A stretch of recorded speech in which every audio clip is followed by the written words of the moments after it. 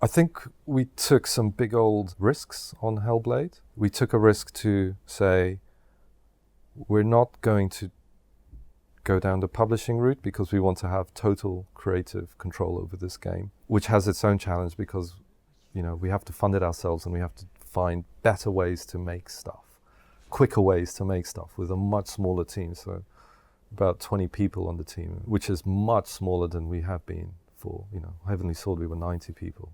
But we're still trying to make similar amounts, or if not better, content than that. I think we're taking a chance to say that there is a middle ground between indie and AAA. Like AAA developers that feel like they are trapped in this making games under the publishing model can break out, can take creative risks, and use their skills to make something cheaper. Has the studio smaller. felt trapped before? Is that the term you'd use for the cycle you guys were in? It's a brutal cycle. I'm not against publishers. We exist because that model exists. But, the reason there isn't a Heavenly Sword sequel is partly because we don't own it. Because that's how the publisher model works. And same for Enslaved. This gives us a chance to create and nurture our own IP, and then hopefully grow it over time, and take it in the direction we want to do, and take risks that maybe a publisher wouldn't be comfortable with. Like dealing with subjects that are deeply interesting but are very difficult to tackle, like mental illness, is probably not something that a publisher would want to handle, because it's adding more explosions to that kind of theme isn't right. I think we've always been quite a creatively led studio in that we want to explore ideas and do things, and I think that when you're trying to make a AAA game, often you always question whether you can do something that's mainstream enough. You try and have to hit that mainstream to survive. As a developer, and I think just relaxing that a bit and saying, okay, we can release this digitally, we can self-publish it. We don't have to sell that much to break even and make it worthwhile. Means we can take much more bigger creative risks. We don't have to sell to everyone. We have to find what we're comfortable with and find other people that are good with that. Would you say this game was born out of frustration with the system? Were you guys kind of at rope's end? I wouldn't say it's frustration with the system. I think the system is what it is, and we're continuing to work with publishers. It's a symbiotic relationship. But me personally, I felt like I wanted to try and take more creative risks.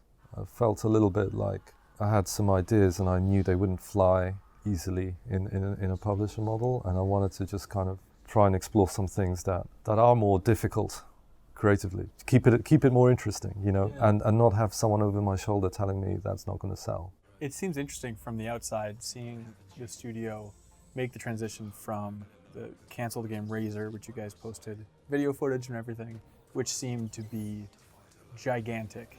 Yeah. And to go from that big push with the publisher to then focus on this, it just seems like a complete 180. So I'm trying to understand that. So we've done that step before. Our first game was actually Kung Fu Chaos, right? It was a small party game on Xbox, on original Xbox, and that was good fun. And then about that time, games started getting bigger, and unless you stepped up, you weren't going to survive. And we saw loads of studios disappear around that time, like Mucky Foot and Lionhead, and like loads of studios. Sorry, I meant Bullfrog, So we adapted then, and we made Heavenly Sword. And we're at a similar kind of crossroads. Games have to be bigger, and they are getting bigger. You just look at the some of the Assassin's Creed and even Tomb Raider and The Witcher. Like, games are getting bigger to justify the price point. It's like a race to go big, go home. That is what we call it. And that project Razer was cancelled. That was a big game.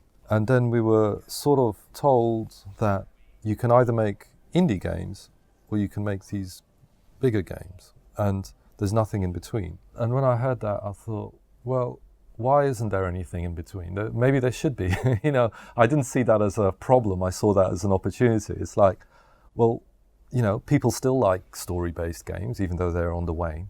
People enjoy a good story and an adventure and stuff. People do like more creatively risky games. You can see that in the indie space. And people do like high-end graphics and sound and to be immersed in things. Like, all of the things we want to do, I'm sure people do actually like it. So it's more of a failure of us to kind of recognize that and go, well, why don't we just do it then? Dive in. We can now because of digital. It's opened it up, opened that crack in the door. Yeah. So we're going to charge through and see if it works. Was it self-published from day one? Was that always the vision? Or did you take this concept and try and knock on some doors and see if anybody would be interested? No, never. No, the day one it was, I want to do a game that is a Ninja Theory, pure Ninja Theory experience. There's hopefully enough fans out there to support that. And part of it was, I don't want to take it to a publisher. I want to see what we can do on our own. I want to tackle a subject that I'm find incredibly compelling. It's relevant to us all, and not only relevant in terms of 1 in 4 of us suffers from some kind of mental illness at some point.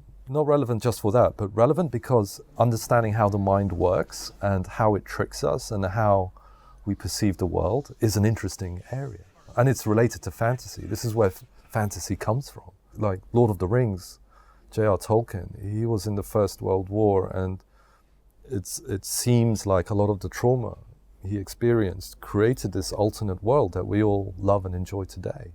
The idea of how our mind works and how it creates fantasy is just really something I wanted to explore. I didn't want anyone to then tell me it's not going to sell. I wanted to just be left alone to kind of see where it goes. Why suffering? Why darkness? Why is that just creatively the most interesting angle for you? Is it coming from frustrations with the game industry? Where is this coming from? I don't know. I mean, I think darkness is compelling, right? We don't want to all live in the Truman Show, right? And we don't. And I sort of think if you wear darkness on your sleeve, you're more healthy and honest, because it's always there. So I think exploring it is compelling. I think that's what fantasy lets us do. It lets us explore maybe areas that we're conditioned to reject. But as soon as you kind of make a fantasy of it, you're more accepting and you go deeper into it and you start to understand it. It's like a subject like schizophrenia is terrifying to a lot of people. They don't want to talk about it. There's a lot of stigma around it, but a third of the people that are diagnosed recover fully, and another third of them are able to manage it and live a normal life. It's only by looking into that mirror, I think, you can start to understand it and then start to figure a way around it.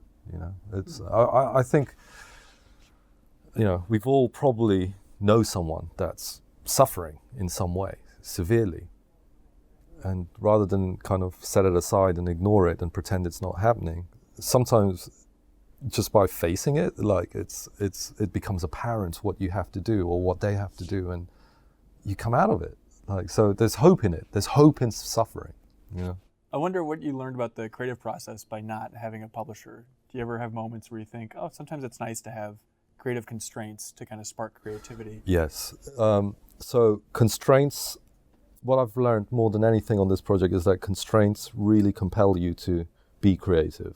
And that's happening across the board. So, from performance capture, which is, something we used to spend good amounts of money on the production of, So we tried to make our own studio and see if we could do it on a budget, on a shoestring budget. And we have. We built our own studio.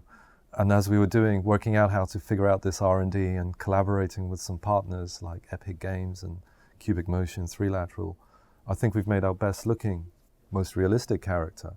And we've actually taken the technology forward beyond what even, films like Avatar were using. Again, that spirit of constraint has just forced us to find new solutions, question how things were done, and find new ways to do it. And that's across the board. So instead of direction and creative constraints from publishers, you guys are just sparked by budget constraints. Yeah, we knew we could create one good-looking a character with facial expressions in Senua. So all the other characters are voices that come into, recorded binaurally. They're around your head on this journey.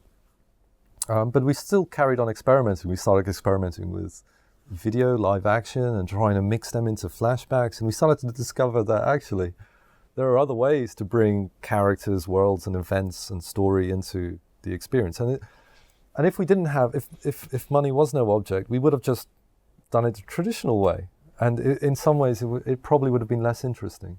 So I wonder, I mean, you said you're still working with publishers. Is it a focus for the studio overall now to own your IP moving forward? Are you guys going to be shifting more and more into the ownership direction? I think we need a healthy mix. I think where we were was that everything we did was publisher owned and directed. So you're sort of like, it's sort of, you're at a whim to other people's direction and decisions. And it's a dangerous place to be because you really don't have a lot of self-control over where you want to take your own, games and companies. So I think having a healthy mix is good. I mean, working with Capcom on DMC was really, like, it was a really great IP to work with, and it was really great to work with the Capcom guys and interesting. So I'd like to carry on doing that kind of thing with publishers. There's so many like comics, films and things that I think would make great games or books, and I would like to carry on working with publishers on stuff like that. But I think it's also good to be able to have a couple of our own IP and just take it in the direction we feel it should go, and engage more directly with our fans, because you can't really do that when you're working through a publisher that easily. So moving forward, there's always going to be a corner of the studio working on passion projects, self-published projects, and then the other corner is going to be more licensed, just have some avenue for a steady flow of income. And then our kind of more passion project corner will be more about, if we're going to do something ourselves, let's make sure it feels different to all the other stuff. This corner is where we take the most creative risk, smaller things, but try and build them. How do you make the rest of the studio then working on publisher projects not feel like, to still have them feel like this is a Ninja Theory game? Or is that less so? Do you want to still have a distinct stamp on the other projects? Yeah, I mean, I think like DMC, I mean, that's what they came for. They said, we want a different stamp on DMC, and we want your Ninja Theory stamp on it. And we were given that leeway to do that. So it was a creative, fun, like compelling project to work on. So I think doing stuff like that doesn't frustrate in any way. Like, it doesn't contravene our ideals as a studio. I mean, publishers tend to come to us because of the games we make. So even with Heavenly Sword or Hellblade, people look at these games and go, actually, we've got a world or a book or a property that, like, we think that aesthetic or that feeling or that those concepts would fit really well into. So I think they can sort of help each other along. What about like when you're under as big of a thumb as you can possibly be under, working with Marvel and Disney with something like Disney Infinity? Do you feel like the team still put a very distinct stamp on their work for that series? Yeah. I mean, for one, working with Disney and Lucas and Marvel was kind of cool. We wanted to do that. And then they asked us to kind of apply our talents or experience in combat and stuff to the Infinity franchise, which we did, and we did it very well, given the engine was there for a long time, and we kind of rammed in there and just kind of changed the combat and stuff, like caused chaos, but it worked, So it's nice to know that we can also be like a special forces group that dive in with other people's work and kind of change areas of it. So that was good fun, and it wasn't just combat; it was story and levels, and we did a lot of stuff on Infinity. And the guys we worked with were really great. So in a different way, that was great, and it also helps, kind of, some of our more like as we get more junior members in, like, it's good to have a training. A clear goal and a training ground on some of these projects to kind of build up their skills and stuff like that. Whereas, something like Hellblade, everyone on the team has been making games for years. And for most of the project, we had one environment artist, one animator, one level designer. There was only one person. They've got to be super experienced and know what they're doing and kind of left to work things out. What do you expect when this game is released? I know, like, in the dev diary, you're like, yeah, we just have to sell 300,000, 400,000.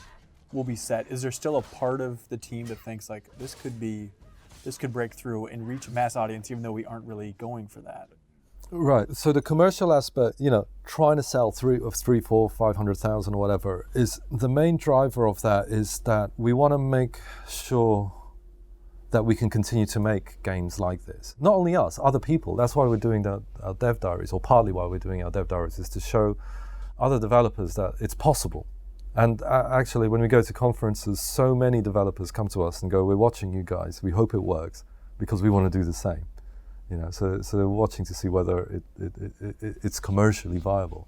And if it is, that's awesome. My feeling is you have to put the project, the vision, the idea first, and then that will probably give you a better chance of breaking out than if you're trying to copy someone else because that thing sold. Because I think the reason things break out is because they do something interesting and different. I try not to design the game second guessing what people want. I try to design the game based on what me and the team think is interesting. Mm-hmm. And if we're people like anyone else, so if we find it interesting, hopefully there'll be a whole bunch of people out there, as long as we can get the message out. That's when I think things start to break out, or can break out. It doesn't break out when you go, that game sold well because of they had 30% action, 30% puzzles, 30% whatever. And so our game will follow the same formula. Like that's a product, that's a commercial product. That's not making something interesting. Okay, so that's sales-wise, commercial aspect. What would make you creatively satisfied at the end of this project? I think if it comes together how I and the team want it to come together, and I think if people enjoy it, if people really appreciate it as a game, and if people, also appreciate it for its themes, and that we have managed, and if we have managed to walk that line, if we take something that's people don't want to touch with a barge pole, that's treated as taboo, which is mental health issues, and actually treat it like any other subject that needs to be researched, interpreted, made compelling, without judgment, and people come out of the game understanding something new about the subject, because I didn't know anything much about it before I started this game. I've learned so much on the way, and if some of that goes out there and is disseminated and people kind of understand it better, and then I think we've done a really good thing, on another level, So make a game that's memorable, that's worthwhile first, and then tackle a subject that's very difficult and come out of it learning something, In the same way, I think, 2001 did for space travel. It's pure research that Kubrick put into that. That's why it looks so grounded. That's why it was so compelling, and it still is, I think research really is underrated. How are you feeling overall about the game itself? I feel good. I feel like we've got now our foot down on the gas and we know what we're making. And every day, like the polish that goes in is just astounding. It's like now we've recorded all the voice actors, shot all the scenes, and we're getting it in and polishing section by section for the first time. I think even the team are surprised at how nicely parts of it are coming together, and it's like, we knew this bit had potential, and now we're seeing the potential come through. And I'm feeling still quietly confident that we're making something special.